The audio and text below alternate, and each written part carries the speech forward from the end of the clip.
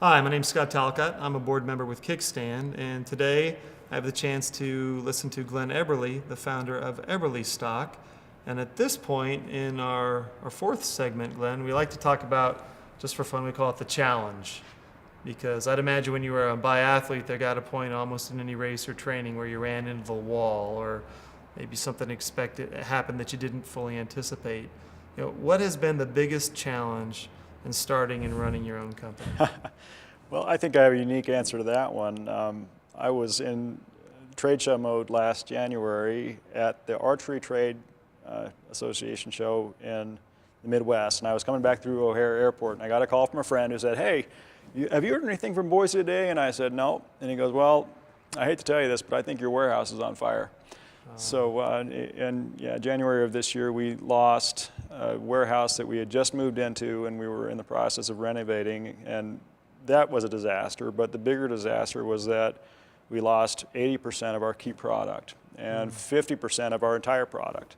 So we were just in this instant emergency mode of realizing that we had to replenish and make the event as transparent to our customers as possible.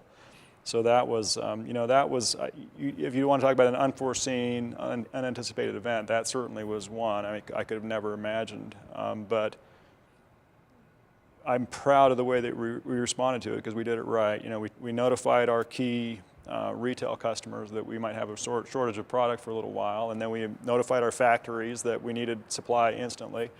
And we started the wheels turning for that, and succeeded. I mean, amazingly, we came through that. We survived the winter. I think it was an event that would have killed most companies. I'm sure it was. It was a pretty big one, and yet we grew 30% this year. Wow. So it's fair to say that you overcame the challenge. Yeah, we did. Yeah.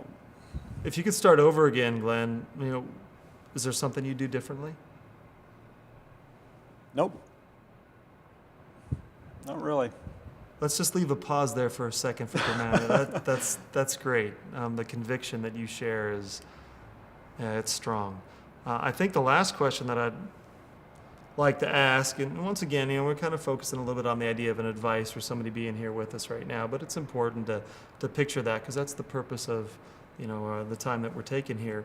But if there's one piece of advice that you wish somebody might have shared with you, and you're back there, being an airline pilot and then also building your own company, what do you think you would have wished somebody might have just said, "Hey, Glen, watch out for this," or "Keep your eye on this"? Oh man, I'm going to have to think about that. I'm not going to be able to answer that one instantly. All right, well, I stumped one guy. I stumped Glen Eberly. Let's leave it at that, and I guess we'll post it on the blog at some point in time. But thanks a lot, Glen. I really appreciate the time. And that's a pleasure. Thank you. Fantastic. Yeah.